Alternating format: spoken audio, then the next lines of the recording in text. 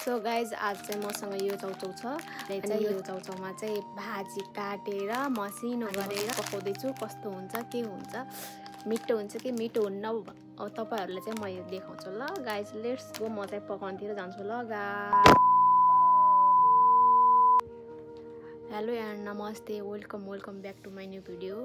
I hope सबैजना सन्चै हुनुहुन्छ होला एन्ड म पनि सन्चै छु। आज चाहिँ म चाहिँ एउटा न्यू भिडियो ल्याएर आएको छु, एकदम मिठो।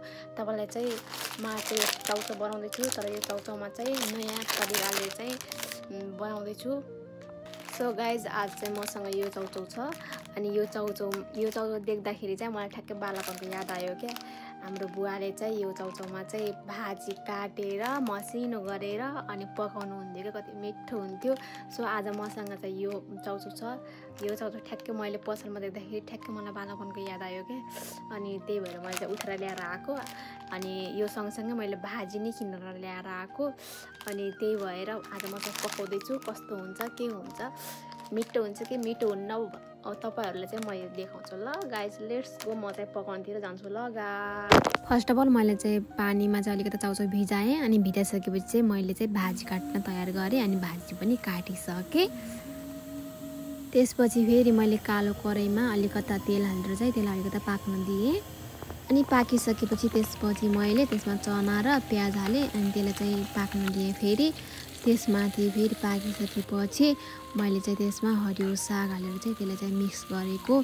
अनि खोरलेको मजाले मिक्स गरेर चाहिँ मैले माथिबाट चाहिँ ढक्कन लगाइदिएको थिएँ। ढक्कन लगाइसकेपछि चाहिँ मैले फेरि त्यसमाथि फेरि मैले त्यो चाउचाउको मसला चाहिँ एउटा ठाउँमा मिक्स गरेर चाहिँ मैले यसरी चाहिँ हालिदिएको थिएँ। अनि हालिसकेपछि चाहिँ मैले त्यसलाई फेरि खोरले फुटाउन कोसिस गरेँ, तर फुटेन। फेरि त्यसलाई चाहिँ ढक्कनले छोपिदिएँ। अनि ढक्कन लगाइसकेपछि यस्तो देखियो। र यसमा चाहिँ फेरि चलाएँ। अनि चलाइसकेपछि चाहिँ पानी धेरै थियो नि त, अनि त्यही भएर चाहिँ मैले अनि माथिबाट फेरि तलबाट आगो ठुलो लगाएर माथिबाट ढक्कन लगाइदिएँ। अनि लगाइसकेपछि पानी नै मजाले सुक्यो।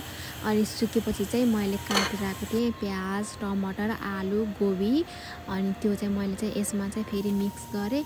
अनि मिक्स गरिसकेपछि चाहिँ फेरि मैले यसलाई चाहिँ अलिकता चलाएँ। अनि चलाइसकेपछि चाहिँ एकदम मिठो देखियो कि खाम जस्तो लाग्ने। त्यसपछि फाइनल लुक चाहिँ एकदम मिठो गरेर पकाएको छु। मैले यसमा चाहिँ धनियाँ हालेको छु। अनि मलाई एकदम मनपर्ने बन्दागोबी अनि प्याज अनि टमाटर चाहिँ मैले काँचै मनपर्छ मलाई, त्यही भएर चाहिँ यसरी हालेको। अनि हेर्नुहोस् लास्टै मिठो छ। तपाईँहरूले पनि यस्तै छ भने मजाले बनाएर खानु होला, एकछिन चेक चाहिँ गर्नु होला ल।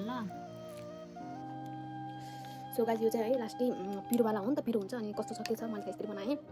अनि मैले यसमा चाहिँ सबै धनियाँ सनियाँ सब काटेर हालेँ हो नि त, कति मिठो छ। तपाईँहरूले पनि यस्तै बनाउनु होला कि मिठो हुन्छ। खाएँ ल ल।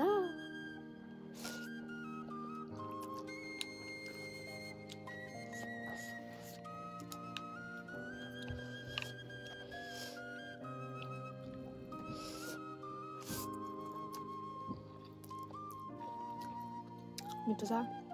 मैले यसमा चना नि हालेको, सबै हालेर मिक्स गरेर पकाएको हो। लास्टै मिठो छ।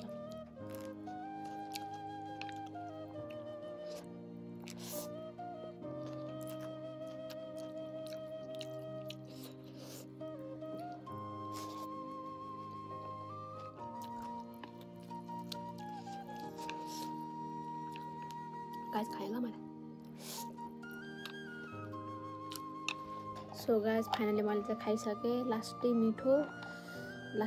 अनि तपाईँहरूले पनि एकचोटि यसो बनाएर खानु, लास्ट मिठो हुन्छ।